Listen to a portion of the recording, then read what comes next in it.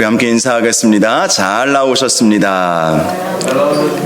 성도님 얼굴만 봐도 힘이 납니다. 사랑하고 축복합니다. 사랑하고 축복합니다. 오늘 바울의 기도 13번째 시간입니다. 빌립보서 4장 6절과 7절 2절 말씀을 중심으로 하나님의 평강이 임하는 기도, 하나님의 평강이 임하는 기도라는 제목으로 말씀의 은혜를 함께 나누겠습니다. 오래전 영국에서는요, 국가의 허락을 받지 않고서는 설교하는 자는 무조건 처벌을 받는 법이 시행이 되었습니다. 그런데 한 젊은이가 이 법을 어겨서 감옥에 들어가게 되었습니다. 그 젊은이는 12년 동안이나 감옥에 갇히게 되었습니다. 그에게는 앞이 잘 보이지 않는 아내가 있었는데 남편이 감옥에 들어가 버리자 시름시름 앓다가 죽게 되었습니다. 그리고 나머지 3 자녀들이 있었는데 졸지에 고아가 되는 신세가 되었습니다. 이런 비참한 상황이 되었을 때에 이 젊은이는 감옥에서 이런 기도를 드렸습니다. 하나님, 전 너무나 고통스럽습니다. 그러나 제가 주님을 위해서 할 수 있는 일이 있을까요? 만약 하나님을 위해서 제가 할 수 있는 일이 있다면 지금 이렇게 어렵고 힘든 상황이지만 절망하지는 않겠습니다. 그렇게 하나님께 기도를 했습니다. 그때 하나님께서 이 청년에게, 이 젊은이에게 감동을 주셨습니다. 너는 글을 쓰거라. 나는 너에게 글을 쓸 수 있는 능력을 주겠노라. 이러한 주님의 음성을 듣게 되었습니다. 바로 그때 기도 중에 하나님 나라를 향하여 가는 어떤 젊은이의 환상을 보게 되었습니다. 그리고 그 젊은이를 주인공으로 해서 글을 하나하나 써 내려가게 되었습니다. 이 책이 나중에 발간이 되었는데요. 전 세계에서 성경 다음으로 가장 많이 팔린 책이 되었습니다. 이 책을 쓴 젊은이는 존 버년이라는 사람이었고요. 이 사람이 쓴 책의 제목은 철로 역정이었습니다. 감옥에서 절망하지 않고 자기 사랑하는 아내는 이미 세상을 떠났고 자기 자녀들도 어찌 될지도 모르는 그러한 상황 속에서도 절망하지 않고 주님의 음성 듣고 기도함으로 철로 역정이라고 하는 역작을 만들어내게 되었던 것이지요. 자, 사도 바울도 감옥에서 글을 썼지요. 그것을 일명 옥중서신이라고 말합니다. 에베소서, 빌립보서, 골로새서, 빌레몬서. 지난 수요일 날 함께 말씀을 나누었는데요. 이런 4 서신서를 사도 바울이 감옥에서 썼기 때문에 옥중서신이라고 부릅니다. 당시 사도 바울은 로마의 가택연금 상태, 한마디로 감옥에 갇혀 있는 것이죠. 자유롭지 못하는 상황이 되어버렸습니다. 이미 그 전에 2년 동안 예루살렘에서 붙잡혀서 감옥에 갇혀 있었죠. 그러다가 로마 황제에게 항소를 했습니다. 로마 시민권을 가지고 있었기 때문에. 그래서 수개월 동안 로마로 죽을 고생해서 가게 되었죠. 그리고 로마 황제의 판결이 있기 전까지 2년 동안 감옥 생활을 해야 했던 것입니다. 그때 사도 바울은 오는 사람들은 누구든지 만나서 복음을 전했고 또 이렇게 감옥에서 글을 써서 교회들을, 사도 바울이 세웠던 교회들을 위로하고 그들에게 하나님의 말씀을 가르쳐 주었던 것을 우리가 볼 수가 있습니다. 자, 그런데 오늘 본문 말씀을 보면 이렇게 감옥 중에 있으면서 사도 바울이 빌립보 교회 성도들에게 이렇게 말씀합니다. 아무것도 염려하지 말라는 것입니다.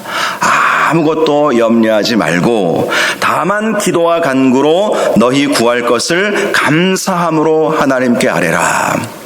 사도 바울이 이러한 삶을 살고 있었기 때문에 이렇게 하나님의 말씀을 선포할 수 있었던 것이지요. 본인은 염려, 근심, 걱정에 사로잡혀 있으면서 어떻게 이러한 말씀을 쓸 수 있었겠습니까? 비록 활동에 제한이 있고 언제 죽을지 모르는 상황이었지만 사도 바울은 아무것도 염려하지 않았기 때문에 빌립보 교회 성도들을 향해서 아무것도 염려하지 말아라 이렇게 말씀했던 것입니다. 당시 빌립보 교회 성도들을 근심하게 했던 일들이 무엇이 있었겠습니까? 그들이 무엇을 염려했겠습니까? 가장 먼저 생각해 볼 수 있는 것은 자신들의 영적 스승인 사도 바울이 감옥에 갇혀서 언제 죽을지 모르는 상황이었기 때문에 그것이 그들의 염려거리였을 것입니다. 실제로 그들은 사도 바울의 큰 사랑을 받았지요.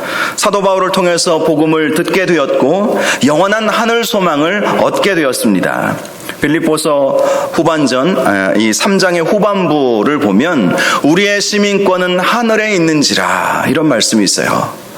이 사실을 누구에게 배웠겠습니까? 사도 바울을 통해서 빌립보 교회 성도들은 구원을 얻게 되었고 우리의 시민권은 하늘에 있기 때문에 이 세상에서 어떤 고난이 오고 슬픔과 좌절과 절망 가운데 있을지라도 소망을 잃지 않을 수 있었던 것이죠.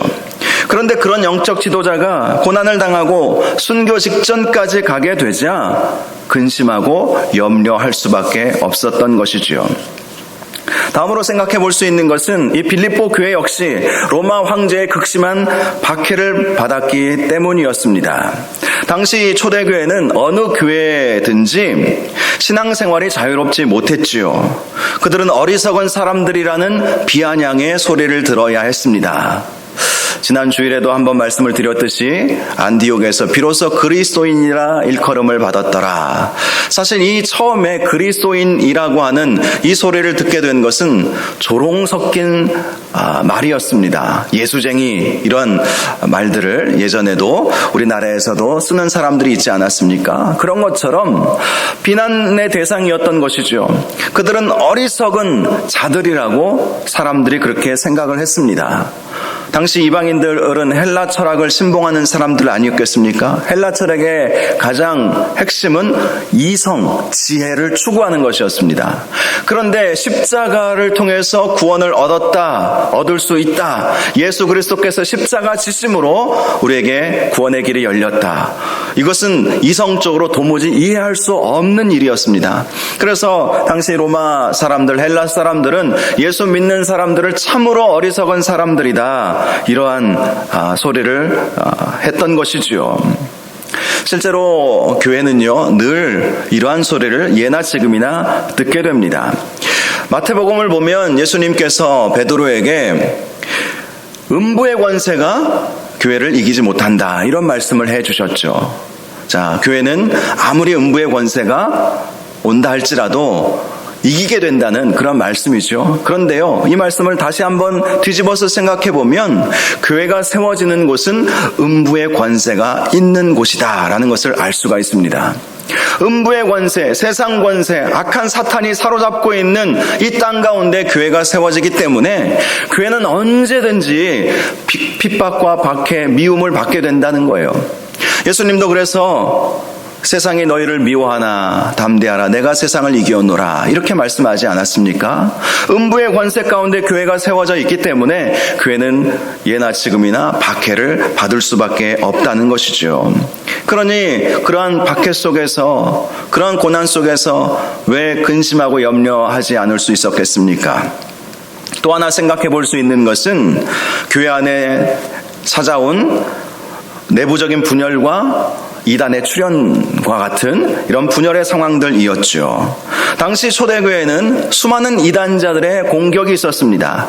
유대로부터 올라왔던 율법주의자들, 복음도 예수 그리스도를 믿는 그 믿음도 우리가 가져야 되지만 율법도 지켜 행할 때에 구원받을 수 있다. 그렇게 강조했던 율법주의자들, 또 헬라 철학과 동양의 신비주의 사상이 결합된 영지주의자들이 있지 않았습니까? 그리고 더욱이 사도 바울의 사도성을 의심하는 사람들도 굉장히 많이 있었습니다. 사도 바울은 예수님의 12 제자 중에 한 사람이 아니었잖아요. 그러니까 사도 바울의 사도성을 의심하는 사람들이 계속해서 생겨났던 것이지요. 그래서 사도 바울은 그의 서신서마다 예수 그리스도로 말미암아 사도된 나 바울은 이런 것을 늘 강조했던 이유가 바로 여기에 있었던 것이죠. 자, 교회는요 외부적인 로마의 공격, 다른 사람들의 곱지 않은 시선도 만만치 않은 고난이었는데 내부적으로도 이러한 이단자들로 인해서 교회가 분란이 일어나고 또 믿음에서 떨어져 나가는, 그래서 교회를 떠나가는 그러한 사람들을 보면서 근심하지 않을 수 없었던 것이죠. 그런데도 사도 바울은 강조합니다. 아무것도 염려하지 말라는 것입니다. 아무것도 염려하지 말라. 예수님도 우리에게 우리가 염려한다고 그 키를 한 자나 더 할 수 있겠느냐라고 말씀하셨습니다. 염려한다고 해결되는 문제가 아니라는 것이지요. 그래서 아무것도 염려하지 말아야 한다는 것입니다. 그런데 문제는 우리 중에 어느 누가 이 염려로부터 자유로운 사람이 있겠느냐라는 것이죠. 분명히 성경은 염려하지 말라, 예수님도 염려하지 말라, 사도 바울도 염려하지 말라라고 말씀하여 주셨지만 이 염려로부터 자유로울 수 있는 사람이 누가 있겠습니까? 저는 예수 믿은 이후로 한 번도 염려하지 않았습니다. 근심하지 않았습니다. 절망하지 않았습니다. 좌절하지 않았습니다. 이렇게 자신 있게 말할 수 있는 분이 누가 계시겠습니까? 아무도 없어요. 어떤 사람이 말한 것처럼 그렇게 염려하지 않는 사람을 찾으려면 무덤에나 가봐야 할 것입니다. 죽은 사람은 말이 없습니다. 감정이 없습니다. 염려가 없습니다. 그러나 우리는 살아있기에 염려할 수밖에 없는 것이죠. 자, 그렇다면 사도 바울이 왜 아무것도 염려하지 말라 이렇게 말씀했을까요? 이 아무것도 염려하지 말라라는 이 의미가 우리가 생각하고 있는 것처럼 전혀 의심하지 말고 전혀 근심, 걱정, 염려하지 말라는 그런 의미는 결코 아닙니다. 이 말은요, 문법적으로 헬라어를 보면 메덴 메림나테라고 하는 헬라어 단어를 쓰는데요, 문법적으로 현재 명령법이라고 합니다. 헬라어 문법적으로 현재 명령법인데요, 해석하면 이것입니다. 지금 네가 하고 있는 그 염려를 지금 그치라, 중지시켜라, 이런 의미를 가지고 있어요. 우리는 살아가면서 수많은 염려, 근심을 하고 살아갑니다. 그런데 그러한 근심과 염려를 마음속에 깊이 담아두지 말라는 것이죠. 새가 지나갈 수는 있어도 둥지를 틀게 하지 말라는 그러한 격언이 있지 않습니까? 염려, 근심 다 합니다. 지나가요. 새가 지나가는 것처럼 지나갑니다. 불현듯이 근심되고 걱정되고 염려되는 그 마음을 우리가 어떻게 조절할 수 있겠습니까? 그런데 중요한 것은 지나갈 수는 있어도 담아두지 말라는 그러한 의미인 것이죠. 실제로 염려를 담아두면 그것이 우리에게 악영향을 끼치죠. 어떤 의사가 한 말처럼 우리 인간에게 스트레스가 없다면 병원은 필요 없을 것이다. 그렇습니다. 많은 의사들이 결국 마음의 문제를 이야기하잖아요. 이 마음의 근심, 걱정 때문에 결국 어떤 병도 생긴다는 것이죠. 그래서 마음 편안히 먹고 좋은 음식 먹고 잘 쉬고 그러면 웬만한 병은 걸리지도 않을 뿐만 아니라 이겨낼 수도 있다는 것이죠. 자, 그런데 우리가 불현듯이 지나가는 그 염려를 그냥 흘려보낼 수 있으려면 사도 바울이 우리에게 강조한 것은 오직 기도와 간구로라는 것입니다. 자, 우리가 염려하지 않을 수는 없고 때로는 그 염려를 묵상할 때가 많이 있잖아요. 그런데 사도 바울이 하는 말씀은 그 염려를 결코 묵상하지 말고 그걸 붙잡아 두지 말고 그것을 흘려보내라는 것이죠. 어떻게 해요? 기도와 간구로 흘려보내라는 것입니다. 기도와 간구로 대체하라는 것이죠. 기도에 해당하는 헬라어는 프로슈케라는 단어를 쓰는데 이 의미는 기도하는 사람의 마음 자세가 하나님을 향해 있음을 의미하는 것입니다. 기도하면 마음을 하나님께로 향하는 것이 기도이고요. 그리고 간구라는 말씀은 데에세이라고 하는 단어를 쓰는데요.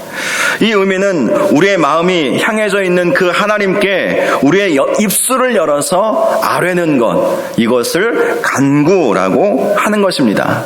그래서 기도와 간구는 늘 같이 가죠. 하나님을 향해 우리의 마음을 열고 그 하나님께 우리의 필요를, 우리의 근심과 걱정거리를 아뢰는 것, 그것이 바로 기도와 간구라는 것입니다. 바로 그렇게 우리의 마음이 하나님께로 향해 있고 하나님께 우리가 간구할 수만 있다면 우리의 모든 염려가 그 자리에서 멈추게 될 것이다. 그렇게 말씀을 하고 있는 것입니다. 사랑하는 여러분, 근심되는 일이 있다면 기도 제목이구나 이렇게 생각하시고 기도와 간구로 하나님 앞에 나아갈 수 있기를 바랍니다.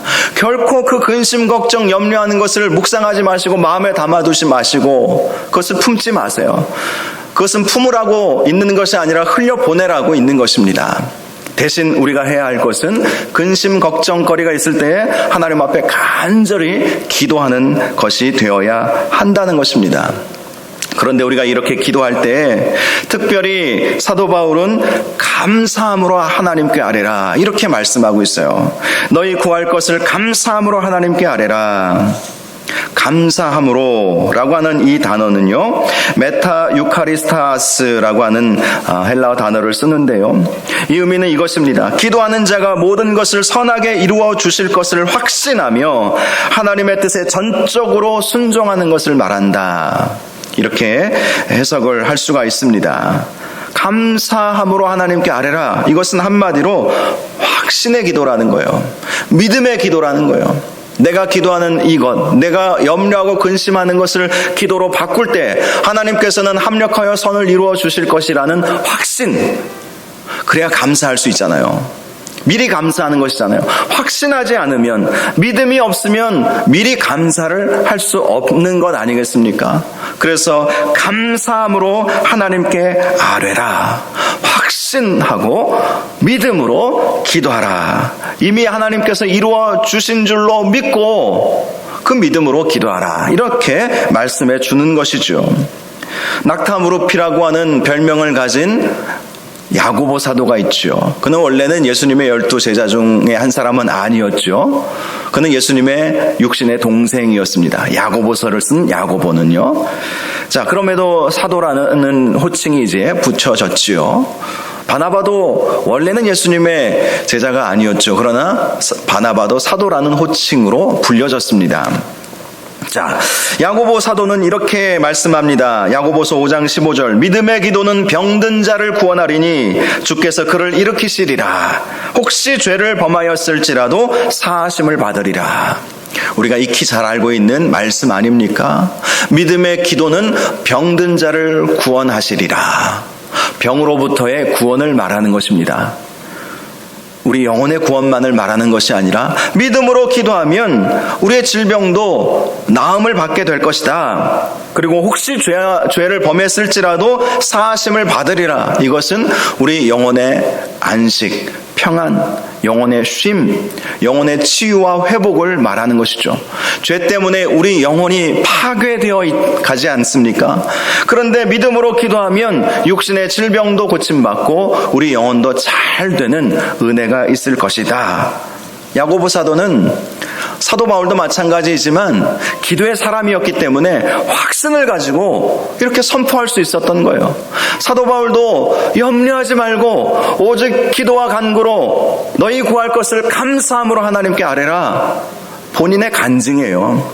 감옥에 있으면서 그렇게 했을 때 하나님께서 그 근심, 걱정, 염려거리를 다 몰아내 버리셨다는 경험이 있었기 때문에 이렇게 강조한 것이죠.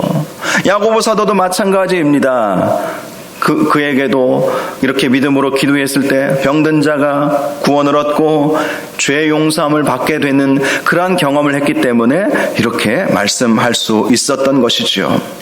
자, 이렇게 감사함으로 하나님 앞에 기도와 간구를 할 때 오게 되는 은혜에 대해서 7절을 보면 이렇게 말씀하고 있지요. 그리하면 모든 지각 위에 뛰어난 하나님의 평강이 그리스도 예수 안에서 너희 마음과 생각을 지키시리라.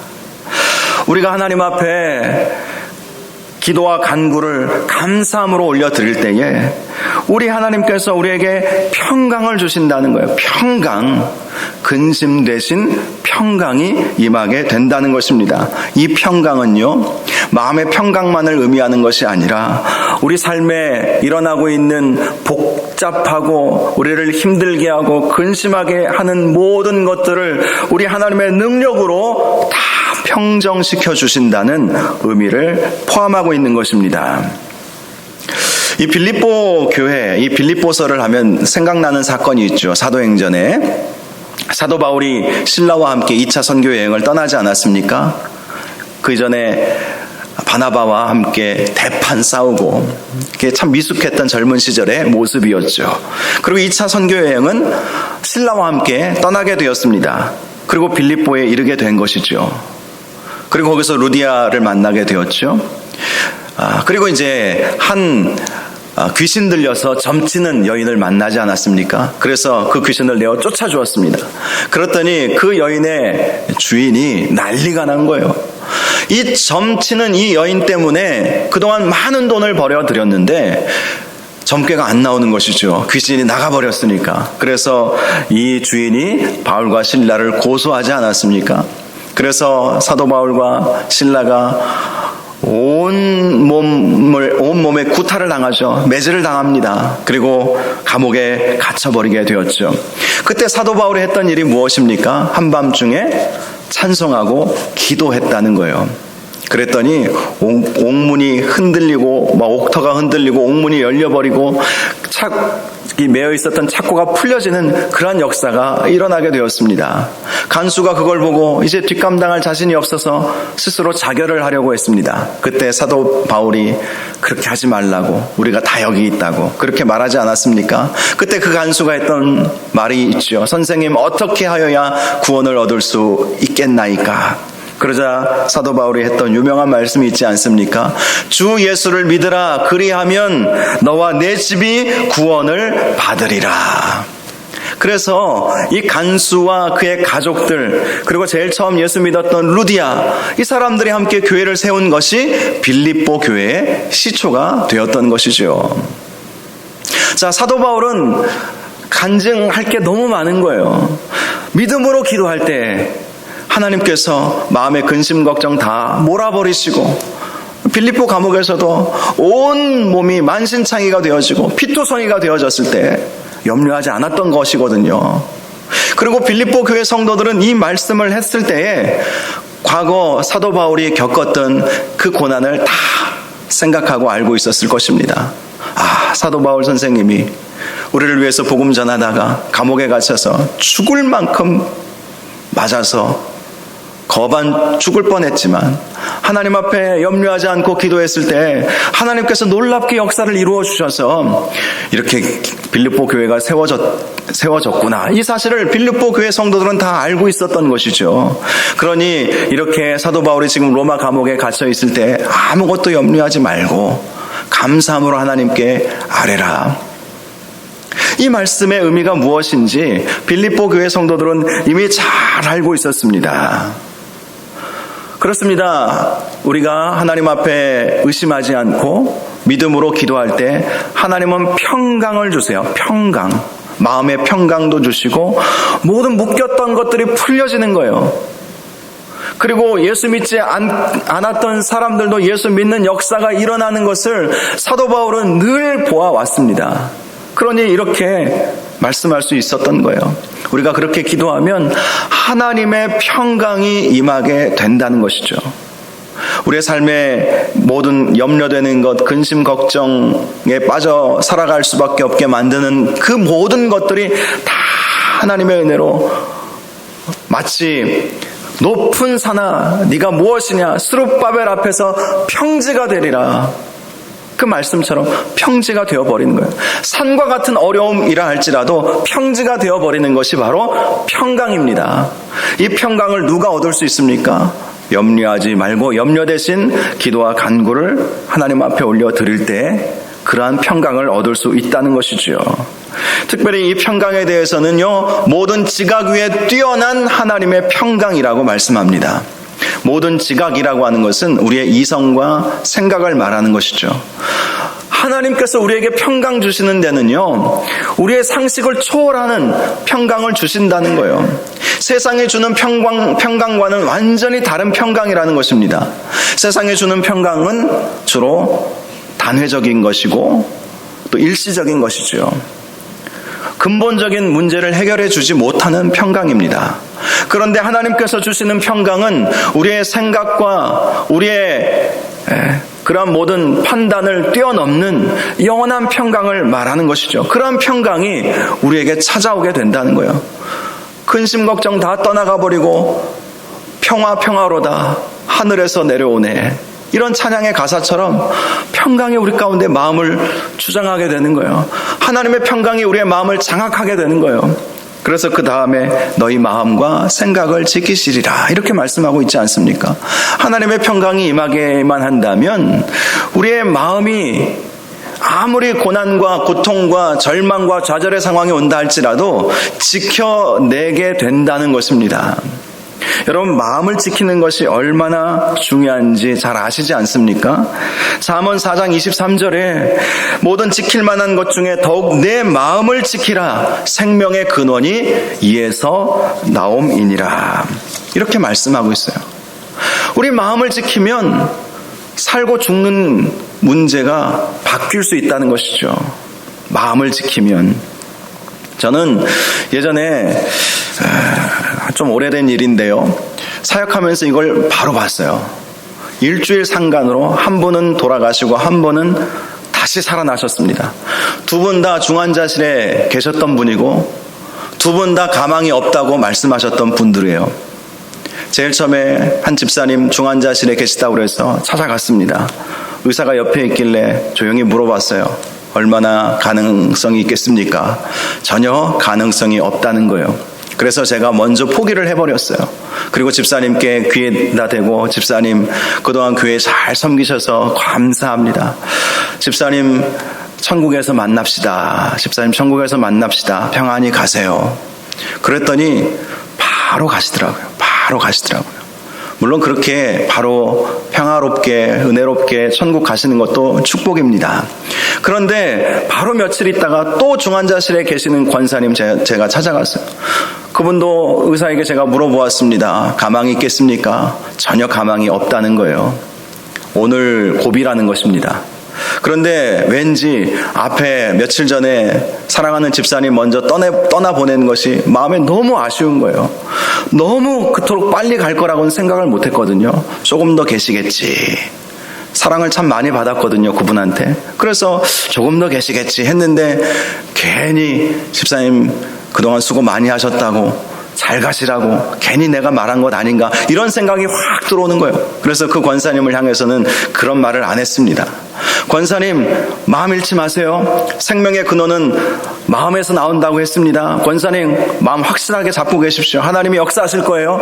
하나님이 살려주실 거예요. 의사가 뭐라고 하든 그 말에 귀 기울이지 마십시오. 끝까지 믿음 붙잡고 하나님께 간구하십시오. 그랬더니 권사님이 시름시름 앓으면서 네 그렇게 하시더라고요. 그렇게 희망을 주고 기도해드리면서 희망의 기도를 해드리고 나왔습니다. 그리고 이틀 후에 다시 가봤어요. 눈이 초롱초롱 빛나시더라고. 그리고 일주일 만에 퇴원하셨습니다. 집에 돌아가셨어요.